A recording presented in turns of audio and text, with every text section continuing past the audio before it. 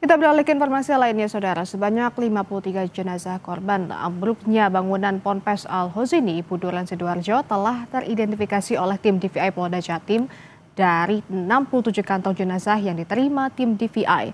Kini masih ada 11 kantong jenazah yang masih dalam proses identifikasi. Dua jenazah terbaru yang berhasil diidentifikasi tim DVI Polda Jatim adalah Haikal Fadil Al-Fatih, 12 tahun, dan Syamsul Arifin, 18 tahun. Keduanya asal Bangkalan, Madura. Tim DVI Polda Jatim menyebut identifikasi kali ini sudah memasuki fase tersulit karena kondisi jenazah dan juga sampel DNA-nya mulai berkurang maupun dalam kondisi tidak baik. Tim DVI pun membutuhkan waktu yang lebih lama untuk mengidentifikasi 11 jenazah melalui tes DNA. Informasi terkini dari RS Bayangkara, Surabaya, Jawa Timur akan disampaikan oleh jurnalis Kompas TV Alfian Rahman dan juru kamera Misbahul Munir. Selamat siang Alfian, bagaimana jalannya proses identifikasi saat ini? Apakah ada kendala yang muncul sudah 2 pekan setelah kejadian?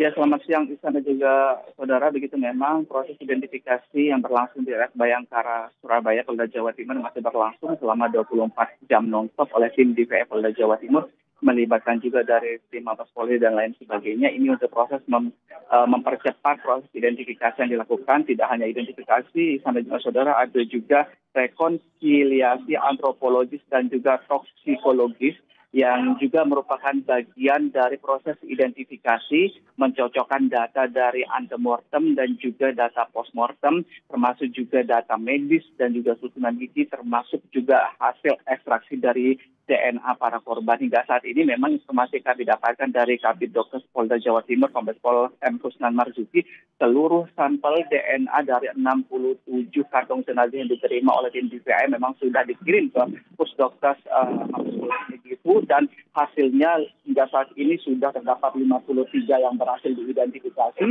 Masih ada sisa 11 kantung jenazah yang masih dalam proses identifikasi. Adapun kendala yang dihadapi oleh tim DVI Polda Jawa Timur, Ihsan dan juga saudara, dari 11 kantung jenazah yang masih berada di RS Bayangkara ini adalah sebagian besar merupakan body part begitu atau bagian tubuh yang sudah tidak utuh dan juga tidak memiliki ciri-ciri khusus, sehingga memang membutuhkan waktu agak lama begitu untuk proses identifikasinya dan menunggu hasil dari ekstraksi untuk proses identifikasi yang benar-benar memberikan jawaban yang 99% dinyatakan sesuai dengan data yang diserahkan di antemortem milik dari keluarga korban. Memang itu yang menjadi tantangan utama dari tim DVI Polda Jawa Timur saat ini adalah menunggu dari hasil ekstraksi DNA yang dikirim dari Mabes Polri. Begitu, Ihsan. Masih ada jenazah di 11 kantong yang harus diidentifikasi. Lalu apakah masih ada keluarga yang menunggu di sana?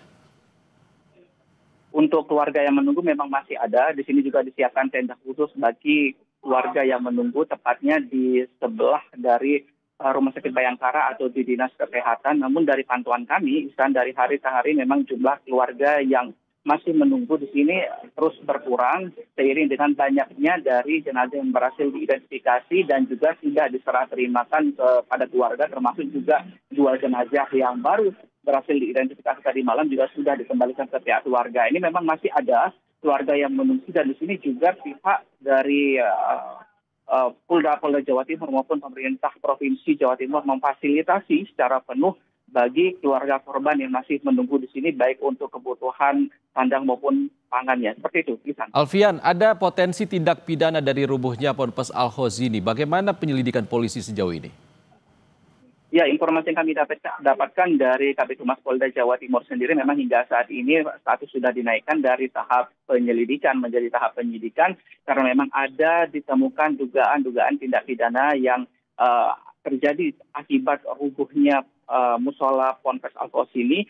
Sudah ada 17 saksi yang diperiksa begitu, dan juga sudah dilakukan gelar perkara, termasuk juga mengambil beberapa sampel dari reruntuhan untuk diperiksa dan diteliti lebih jauh dan meminta keterangan juga nanti dari para ahli, termasuk ahli struktur bangunan dan lain sebagainya, yang dipastikan oleh Kabid Humas Polda Jawa Timur sendiri, Ihsan dan juga saudara, proses hukum tetap berjalan, namun masih dalam kehati-hatian karena tidak dipungkiri juga dari beberapa saksi yang dipanggil ini adalah merupakan saksi dari keluarga korban yang hingga saat ini memang pihak penyidik masih berhati-hati dalam mencari keterangan lebih lanjut agar tidak berpengaruh terhadap psikis dari keluarga korban yang ditinggalkan. Begitu, Isan. Alfian Rahman dan juru kamera Misbahul Munir langsung dari Surabaya, Jawa Timur. Terima kasih kawan-kawan.